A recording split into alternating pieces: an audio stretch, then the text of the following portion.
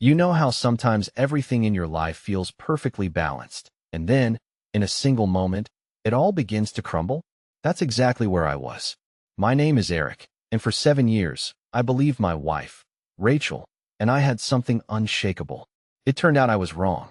It all started with a party Rachel mentioned casually one evening during dinner. "It's just a small gathering," she said, swirling her wine glass. "A few coworkers, some friends. Nothing crazy." The way she said it didn't sit right with me. It wasn't just the words. It was the tone, the kind of tone that made me think she was testing the waters. "I don't think it's a good idea," I said, setting my fork down. "We've been off lately. Maybe staying in and spending time together would be better." She rolled her eyes. "Eric, it's just a party. I don't need permission to go." I wanted to push back, to say something that would stop her, but I didn't. Instead, I let the conversation die, and she didn't bring it up again until the night of the party. That Friday, she came home from work and barely said a word to me. She went straight upstairs, changed into a tight black dress I'd never seen before, and came down looking like she was ready for a red carpet event. "You're really going?" I asked, trying to keep my voice calm. "Yes," she said curtly, grabbing her purse. "Don't wait up." And with that, she was out the door. I sat in the living room for a long time after she left, my thoughts racing. Something about the whole situation felt off. Rachel wasn't usually like this. Sure, we had our disagreements, but she'd never been so dismissive before. I wanted to text her, to call her and demand answers, but I stopped myself. Instead, I decided to do something I hadn't done in a long time. Absolutely nothing. I ignored her the rest of the night. I didn't check my phone, didn't pace around waiting for her to come home. I just sat there, watched some mindless TV, and went to bed. If she wanted to act like I didn't exist, I'd do the same. The next morning, I woke up to an empty bed. Rachel wasn't home. My stomach twisted as I checked my phone, expecting some sort of explanation, a text, a missed call, anything. But there was nothing. By noon, I was done waiting. I called her, and to my surprise, she actually picked up. "Where are you?" I asked, trying to keep my voice steady. "I stayed at a friend's place," she said, her tone casual, like it was the most normal thing in the world. "Why didn't you tell me?" She hesitated. "I didn't think you'd care, Eric. You made it pretty clear last night that you're fine without me." Her words stung, but there was something else in her voice, something that didn't feel right. "Which friend?" I asked, my chest tightening. "Why does it matter?" she snapped. "I'll be home soon." And with that, she hung up. When she finally walked through the door that afternoon, she was all smiles, acting like nothing had happened. "You're in a good mood," I said, my tone sharper than I intended. "Why wouldn't I be?" she replied, tossing her purse onto the couch. I wanted to push, to demand answers, but something in me told me to wait. If she was hiding something, I needed to be smart about this. I needed to know the truth. That's when I decided to check her phone. She left it charging on the kitchen counter while she went upstairs to shower. My hands were shaking as I picked it up, half hoping I wouldn't find anything, half expecting my worst fears to be confirmed. It didn't take long to find the messages. The texts weren't from a coworker or some mutual friend. They were from a guy named Alex, a name I'd never heard her mention before. "Last night was amazing.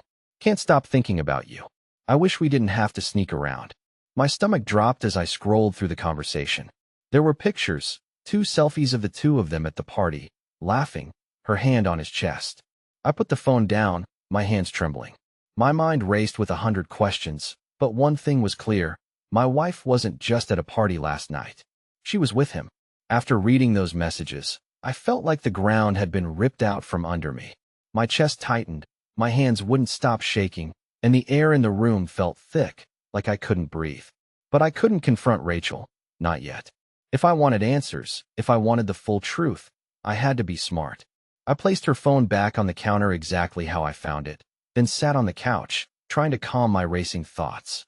When she came downstairs, towel drying her hair, she didn't seem the least bit suspicious. "Everything okay?" she asked casually, glancing at me. I forced a neutral expression. "Yeah, just thinking about some work stuff." She nodded, grabbed her phone, and went to the bedroom. If she had any idea I'd seen the messages, she didn't show it. That night, as she scrolled through her phone in bed, I kept replaying the messages in my head. "Last night was amazing. Can't stop thinking about you." Who was Alex? How long had this been going on? And why did she feel so comfortable lying to me? My thoughts kept me awake long after Rachel had fallen asleep. I knew I had to do something, but what? The next morning, while Rachel was in the shower, I decided to start digging. If Alex was someone from work, I'd find something. A name, an email, anything. I went to her laptop, opened her work email, and started searching. Sure enough, there he was, Alex Hunter, a co-worker from another branch, based out of Chicago. Their emails were professional at first, but as I scrolled further back, the tone shifted. Can't wait to see you again. That conference was the highlight of my year. You're even more amazing in person than I imagined. My chest tightened. So, it started at a work conference. When Rachel came out of the shower, I was back in the kitchen, pretending to make breakfast. What's your day look like? I asked, keeping my tone light. Oh, nothing crazy, she replied. Just running errands. Maybe meeting a friend for coffee. A friend? I asked, my stomach nodding. Anyone I know? She hesitated for just a moment too long. No, just someone from the gym. Her lie hung in the air like a bad smell. That afternoon, I decided to follow her.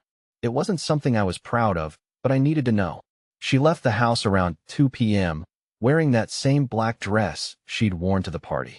I waited a few minutes before getting in my car and following at a safe distance. She pulled into a small cafe downtown, parked, and walked inside. I stayed in my car, heart pounding, watching as she took a seat at a table near the window. A few minutes later, a man walked in, tall, dark-haired, confident, the kind of guy who oozes charisma. He walked straight to Rachel's table, leaned down to kiss her cheek, and sat across from her. It was Alex. I felt a surge of anger, my fist gripping the steering wheel so tightly my knuckles turned white. Part of me wanted to storm in there, to confront them right then and there, but I knew better. If I lost my temper, I'd lose any leverage I had. Instead, I grabbed my phone and snapped a few photos. Rachel laughing with Alex. Alex reaching across the table to touch her hand. Rachel leaning in close. Her expression soft and affectionate. An expression she hadn't worn for me in months.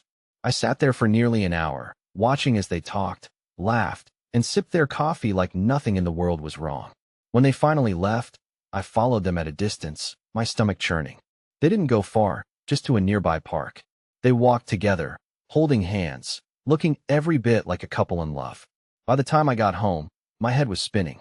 I had the proof I needed, but I still didn't know how to confront Rachel. Should I wait, gather more evidence? Or should I show her the photos and demand answers? That night, I barely spoke to her. She didn't seem to notice, or maybe she didn't care. When she finally went to bed, I sat alone in the living room, staring at the photos on my phone. This wasn't just a hunch anymore. This wasn't paranoia. My wife was cheating on me, and now I had to figure out what to do about it. The next morning, Rachel acted like nothing had changed. She made small talk during breakfast, scrolling through her phone like she didn't have a care in the world. I watched her carefully, biting back the urge to confront her then and there.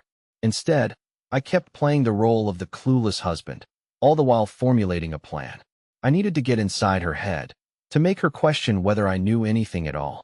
That afternoon, I decided to test the waters. So, I said casually, as we cleaned up after lunch, "How was coffee with your gym friend yesterday?" Rachel froze for the briefest moment, her hand pausing midair as she reached for a plate. Then, just as quickly, she recovered. "It was fine," she said, not meeting my eyes. "We just caught up.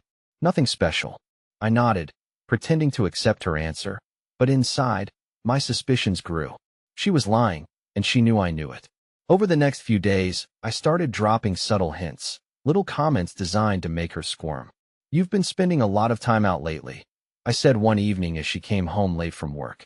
She laughed nervously. "It's just been busy, that's all." Or as she scrolled through her phone on the couch, I'd glance over and ask, "Who's texting you so much these days?" She'd quickly lock her screen, forcing a smile. "Just work stuff." The more I pressed, the more I could see the cracks forming. Rachel was getting sloppy, and I knew it was only a matter of time before she slipped up. A few days later, I got my chance. Rachel left her phone on the kitchen counter while she went upstairs to grab something. This time, I wasn't looking for texts. I already knew about Alex. I wanted to see if there was anything else. I opened her photo gallery, scrolling past pictures of our kids, family vacations, and random snapshots. And then I found it. A folder labeled work stuff. Inside were pictures of her and Alex taken at various places, a hotel room, a beach, even what looked like his apartment. In one photo, they were standing in front of a mirror, his arms wrapped around her waist as she smiled into the camera. I sent the pictures to myself, my hands shaking with a mix of rage and heartbreak. That evening, I decided to confront her, carefully. We were sitting in the living room, the TV playing in the background. Rachel was scrolling through her phone as usual when I said, "I've been thinking about us lately." She looked up, surprised. "Oh, what about?" "I feel like we've been distant," I said, keeping my tone calm. "Like there's this wall between us. Do you feel that too?"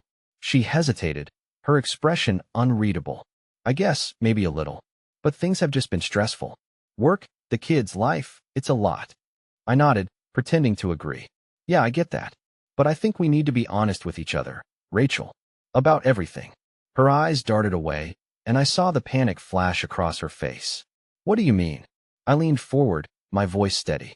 "I mean that if there's something going on, something you need to tell me, I think now would be the time." She opened her mouth, then closed it again, clearly grappling with what to say. "There's nothing," she said finally, her voice barely above a whisper. I stared at her for a long moment, my heart pounding. "Okay," I said, leaning back. "If you say so." The next morning, I put my plan into motion. I printed out one of the photos of her and Alex, the one in front of the mirror, and placed it in an envelope. Then, I slipped the envelope into her purse before she left for work. The entire day, I waited for her call, my stomach in knots. When she finally called, her voice was shaky. "Eric, we need to talk." "Do we?" I said calmly. "What about?" "You know what about," she snapped. "Where did you get that picture?" "I think the better question is why that picture exists in the first place," I replied. She was silent for a long moment before whispering, "I'm sorry."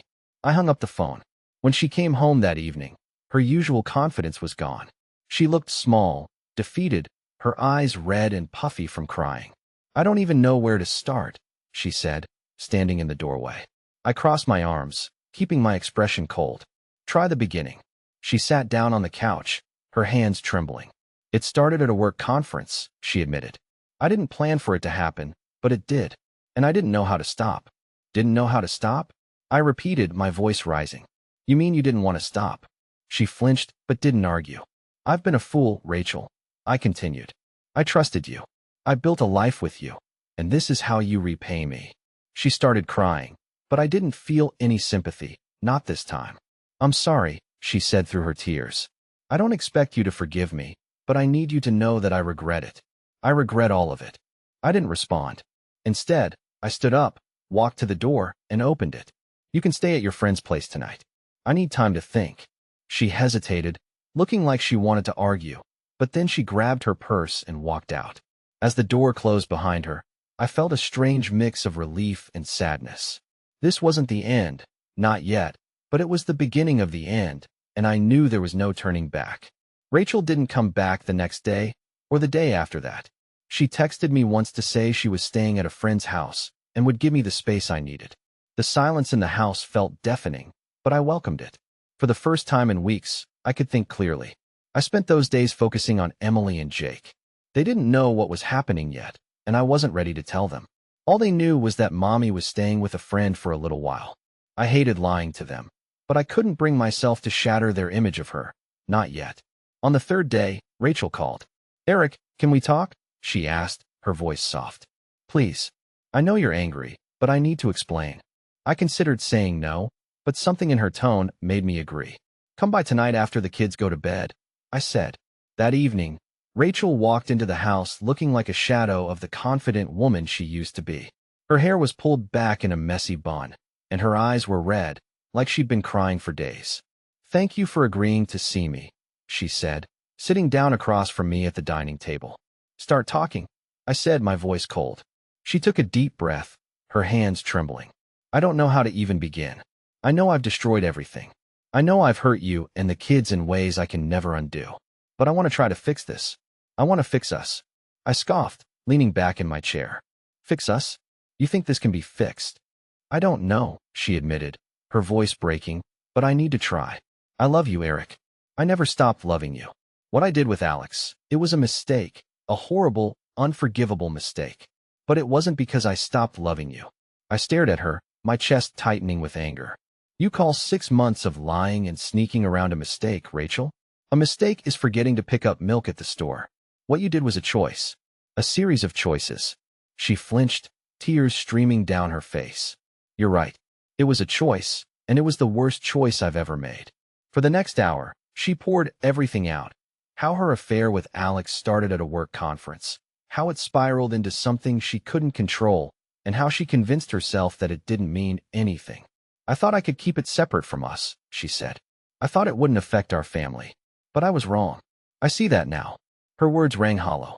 She sounded sorry, but sorry didn't erase the betrayal, the lies, or the pain she had caused. I don't know if I can ever trust you again, I said finally, my voice low. You didn't just cheat on me, Rachel. You cheated on our family, on the life we built together. And I don't know if there's any coming back from that.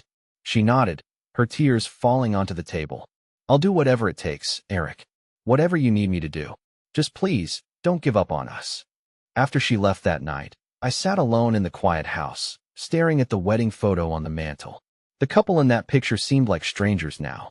I didn't know who Rachel was anymore, and I wasn't sure I wanted to find out. But one thing was clear. I couldn't keep living in limbo. The next day, I called my lawyer. I want to start the process, I said. He didn't ask for details. He just nodded and said, I'll take care of everything. When Rachel found out, she begged me to reconsider. She promised to go to counseling, to cut off all contact with Alex, to do whatever it took to rebuild our marriage. But it was too late. Rachel, I said calmly, this isn't just about what you did. It's about the fact that I can't look at you without remembering the lies, the betrayal, and the nights you chose him over us. I deserve better. The kids deserve better. Her tears didn't sway me. I had made my decision, and for the first time in months, I felt a sense of peace. As the weeks went on, Rachel moved into her own apartment. We worked out a custody arrangement for Emily and Jake, and though it wasn't easy, we made it work. I stayed civil for the sake of the kids, but my relationship with Rachel was over. I wasn't sure what the future held, but I knew one thing for certain. I wouldn't let her betrayal define me. The weeks that followed were some of the hardest I'd ever faced. Telling Emily and Jake about the divorce was heart-wrenching. They didn't understand why it was happening, and I struggled to explain it in a way that wouldn't taint their view of Rachel. Mom and I still love you both very much, I said, sitting with them at the dining table. We're just going to be living in different homes from now on. Emily, ever the sensitive one, burst into tears. But why, Daddy? Why can't we all stay together? I swallowed the lump in my throat. Sometimes grown-ups need to make hard decisions, but this doesn't change how much we love you.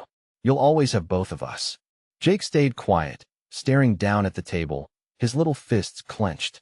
He didn't cry, but I could see the confusion and hurt in his eyes. It broke my heart, but I knew this was the right thing to do. Staying together for the kids, while living in a broken marriage would have done more harm than good. Rachel moved into her new apartment a week later. The first weekend the kids stayed with her, the house felt unbearably quiet. I spent the evening pacing the living room, checking my phone every 5 minutes in case they called. They didn't. When they came back on Sunday evening, Emily ran up to me and hugged me tightly. We missed you, Daddy. Jake, always trying to act tougher than he was, nodded and said, Mom's place is okay, but it's not the same. Hearing that was bittersweet. I wanted them to feel safe and happy wherever they were, but a part of me couldn't help but feel relieved that they still thought of our house as home. In the weeks that followed, I threw myself into rebuilding a sense of normalcy. I focused on work, took the kids out for weekend adventures, and even started hitting the gym again, a habit I hadn't kept up with in years. One Saturday morning, as I was making pancakes, Emily looked up from the table and said, Daddy, you seem happier now. Her words caught me off guard. What do you mean? You smile more, she said simply. I glanced at Jake, who was nodding in agreement. Yeah, he added, you don't look so sad all the time. Their observations hit me harder than I expected. Had I really been that distant before? I guess I am happier, I admitted, ruffling Jake's hair. It's because I have you too. They grinned, and for the first time in a long time, I felt like I was doing something right. Rachel, to her credit, was trying. She attended every soccer game, every school event, and made an effort to show up for the kids. We communicated only when necessary, mostly about schedules and the kids' needs, but our conversations were civil. One evening, after I dropped the kids off at her apartment, She hesitated before closing the door. Eric, she said softly. Thank you. For what? I asked, genuinely confused. For not turning the kids against me, she replied, her voice shaky. I know I don't deserve it, but it means a lot. I didn't respond right away. Part of me wanted to tell her that I wasn't doing it for her. I was doing it for Emily and Jake. But instead, I just nodded. They deserve the best from both of us, I said. She gave me a small, sad smile and closed the door. As the weeks turned into months, I found myself thinking less and less about Rachel's betrayal. The anger that had consumed me was slowly replaced by something else: acceptance. What she did was unforgivable, but holding on to the pain wasn't helping me or the kids. One evening, I received a text from Mark, an old college friend I hadn't spoken to in years. Hey man, heard about what you've been going through. Let's grab a drink soon.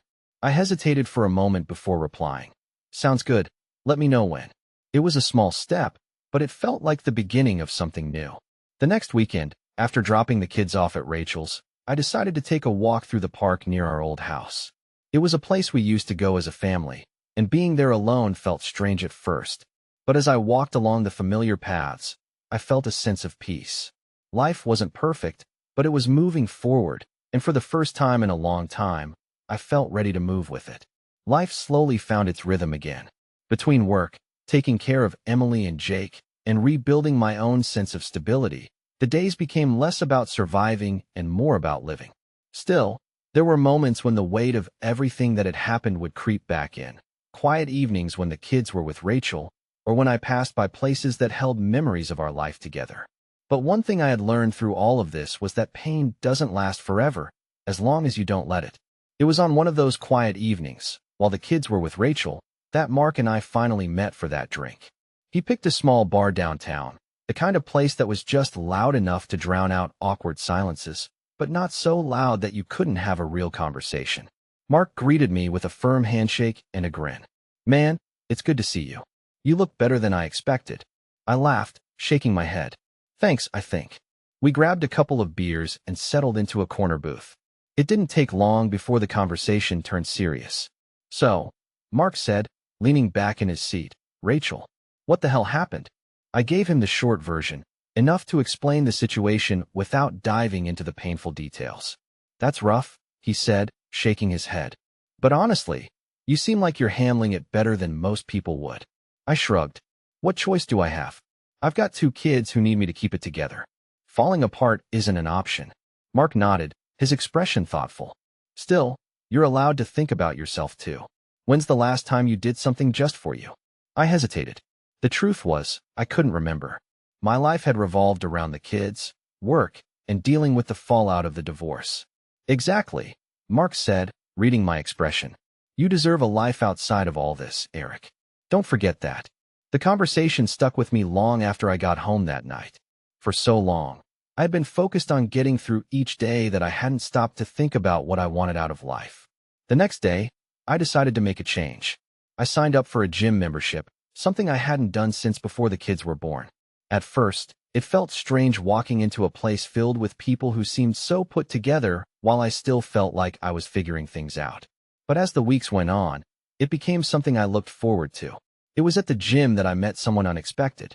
Her name was Sarah, and we kept running into each other during the same evening sessions. She wasn't flashy or over the top, just kind, approachable, and quick to smile. One evening, after weeks of casual nods and polite small talk, she struck up a real conversation. You're here almost as often as I am, she said with a grin. What's your secret motivation? I chuckled, wiping the sweat from my forehead. Trying to rebuild my life, I guess. Her expression softened. That's a good reason. I'm Sarah, by the way. Eric, I replied, shaking her hand. We ended up talking for nearly half an hour, well past the end of my workout. She didn't pry into my personal life, and I didn't offer too much, but there was an ease to the conversation that I hadn't felt in a long time. Over the next few weeks, Sarah and I started talking more. We'd exchange tips about workouts, share funny stories, and occasionally grab a smoothie at the cafe next door. It wasn't anything serious, just 2 people finding comfort in each other's company, but it felt good. One evening, as I was tucking Emily into bed, she looked up at me and said, Daddy, you're smiling more now. I like it. Her words hit me harder than I expected. For so long, I had been consumed by anger, pain, and regret, but she was right. I was smiling more. Life was starting to feel lighter. Rachel noticed the change too. During one of our custody exchanges, she hesitated before getting back into her car. "You seem different," she said, her voice cautious. "I'm trying to move forward," I replied simply. She nodded, her expression unreadable. "I'm glad. You deserve to be happy, Eric." For once, her words didn't sting. They felt genuine, and for the first time, I didn't feel the need to analyze or second-guess them. Life wasn't perfect, but it was moving forward, and for the first time in what felt like forever, I was too. The weeks turned into months, and slowly, I found myself embracing this new chapter of my life. Co-parenting with Rachel wasn't always easy, but we'd fallen into a rhythm. For the sake of Emily and Jake, we kept things civil, even friendly at times. The tension that once hung between us had started to fade, replaced by a quiet understanding. Understanding that our marriage was over, but our roles as parents were forever. Sarah and I continued to talk, and eventually, our casual conversations turned into something more. One evening, after a particularly good workout, she suggested grabbing dinner instead of our usual smoothies. "I feel like I've heard your entire gym routine," she teased, "but I don't know much about you outside of here. Let's change that." For a moment, I hesitated.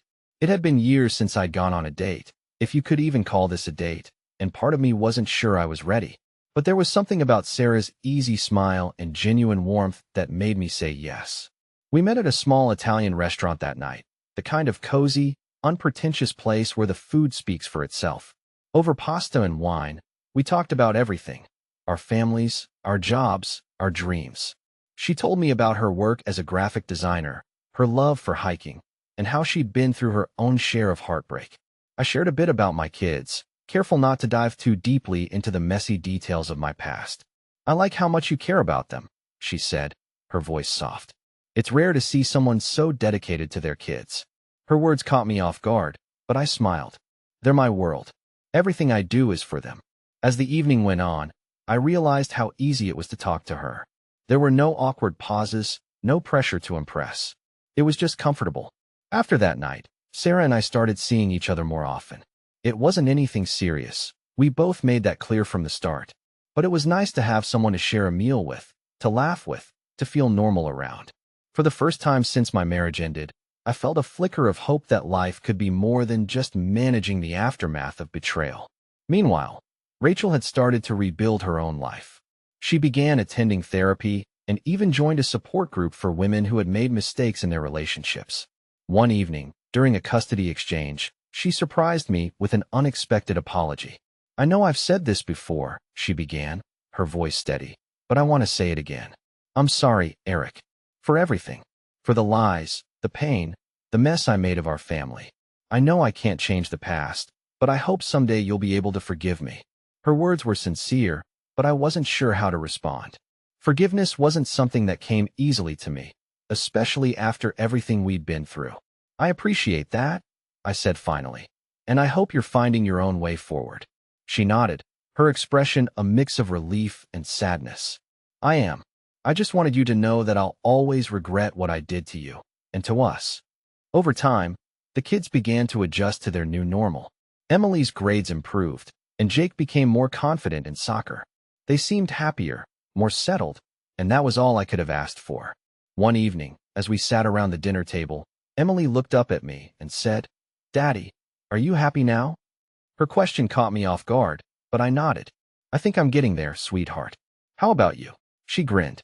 "I think we're all happier now." Later that night, as I tucked the kids into bed, I realized she was right. Life wasn't perfect, but it was better. The pain of the past was still there, but it no longer defined me. I was moving forward, one step at a time, and for the first time in a long time, I felt like I was exactly where I was supposed to be. It's funny how life works. 1 year ago, I couldn't imagine a future where I wasn't weighed down by Rachel's betrayal, where every day didn't feel like a battle just to keep my head above water. But here I was, sitting at the park with Emily and Jake on a sunny Saturday afternoon, watching them chase each other around the playground, their laughter filling the air. Rachel and I had found a rhythm, not as husband and wife, but as co-parents. The bitterness that once defined our interactions had softened. We weren't friends, and we likely never would be, but we had reached a place where we could talk without tension, make decisions together for the kids, and even share a laugh once in a while. Sarah had also become a quiet but meaningful presence in my life. We weren't rushing anything, but the time we spent together felt natural and easy. She understood my priorities. Emily and Jake always came first, and she respected the boundaries I had set for myself. One evening after dinner at her place, she asked me a question I hadn't expected. "Do you think you'll ever fully forgive her?" I paused, setting my glass of wine down. "Rachel?" She nodded. "For everything. For the pain, the lies, the betrayal." I thought about it for a moment before answering. I don't know if I'll ever fully forgive her. What she did changed everything. It broke something in me that I don't think can ever be fully fixed. But I also know that holding on to anger doesn't help anyone. I've let go of a lot of the bitterness for the kids' sake, and for mine. Maybe that's as close to forgiveness as I'll get. She smiled, reaching for my hand. That's more than most people would be willing to do. Over time, Sarah met Emily and Jake. It wasn't a big, dramatic moment, just a casual introduction during a trip to the park. To my relief, the kids liked her immediately. Emily asked if Sarah could join us for ice cream, and Jake spent the afternoon trying to impress her with his soccer skills. Watching them interact filled me with a sense of hope I hadn't felt in years. Maybe, just maybe, there was room in our lives for something new. Rachel noticed the change too. One evening during a school event, she pulled me aside. "You seem happy," she said, her tone cautious. "I am," I replied simply. She hesitated before adding, "I'm glad. You deserve to be happy, Eric." For once, her words didn't feel hollow. They felt genuine, and I nodded in response. "We both do, Rachel." As the months passed, life settled into a new normal. Emily and Jake continued to thrive, their smiles and laughter a constant reminder of what truly mattered. Sarah and I grew closer, though we both took things slowly, careful not to rush into anything that might disrupt the balance we had found. And Rachel? She continued to work on herself.